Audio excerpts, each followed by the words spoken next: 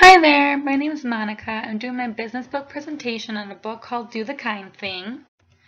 So the key messages are the 10 business tenets this author goes by, and he is also the CEO of the company Kind. So these are the 10 different tenets that I'm going to go over. So the first one is the and tenet. So he focuses on saying and instead of or, so focusing on having that product that's healthy and good and tasty. And then he mentions avoiding shortcuts, that a lot of the times people take these shortcuts the easy way out, and how he would have never had this company if he took those shortcuts, and how his company was not easy to make. And then also focusing on money isn't everything, so that cost of the granola bar not stopping him from making it.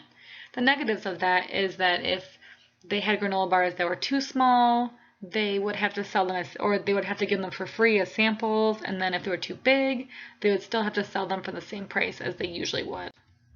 So the purpose and grit. The purpose, where was the influence from?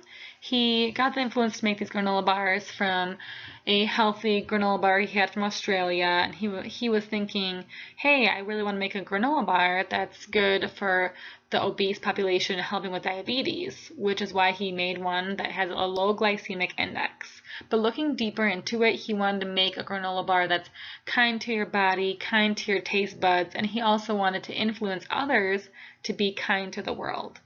So for grit, he talks about how it was a struggle to develop the recipe, how it was a lot of trial and error, and also how it was difficult to fit in. So all the other granola bars were, from Pace, and they were all looking different than his. His granola bar didn't look like anybody else's, so stores didn't really want to sell them at first.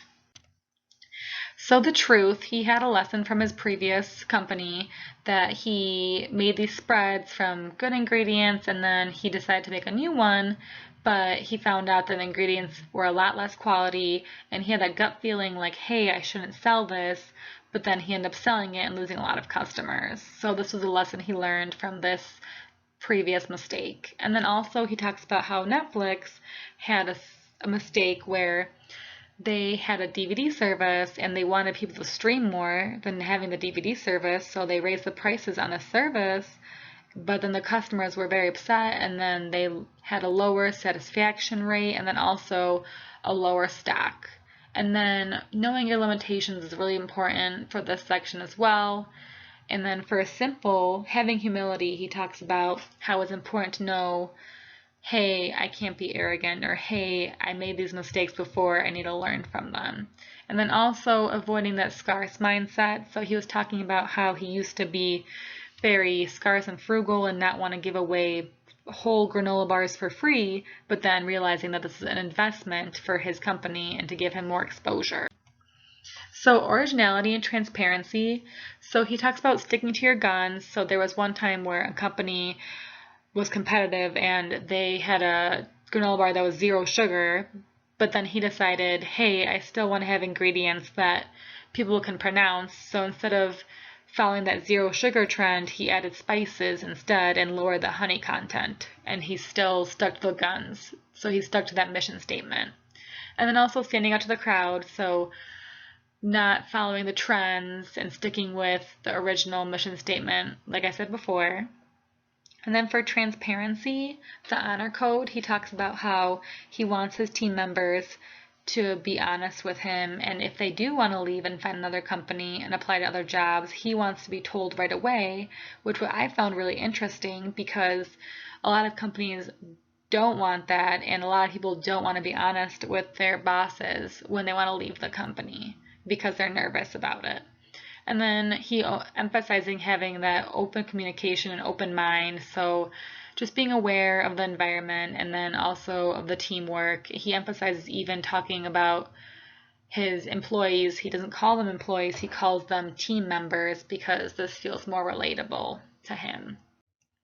So that empathy and trust. So the power of being kind, he talks about how when people are kind to others, studies find that they're happier. And actually he had this secret society where he would give away samples and then also a black card. And the black card would have this website that they would go on and they would say what kind uh, act was done to you, and then the person that got this black card has to do a kind act to somebody else.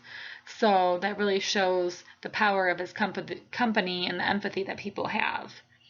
And the trust, so he had a trouble giving that leadership role to other members. So he was used to leading this whole company, but then he had to learn how to trust his team members.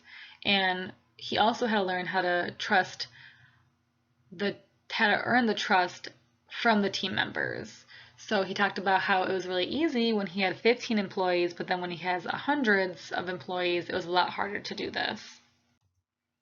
So ownership, he emphasizes the importance of courage, so just kind of being aware of, hey, I'm in charge, and when mistakes happen, it's my fault, and I need to find solutions to these mistakes. And then also for incentives, he talks about how each team member, whether they are a really high manager or whether they clean for the building, they all have a stock in the company, so they're all working together to help improve the company. And he emphasizes loyalty, and even this example from Starbucks, that Starbucks no longer wanted to sell their granola bars, so they were being really honest with the Kind company, and the CEO was very appreciative of the honesty that Starbucks had with this situation.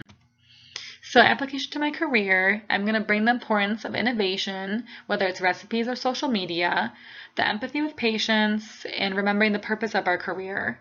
So helping others achieve their goals, for example. And then also with my life, I'll bring kindness everywhere I go, and then acknowledging my mistakes and learning from them is something I learned a lot from this book. And I completely recommend this book for anyone to read. It was super interesting and an easy read. And thank you so much. That's it.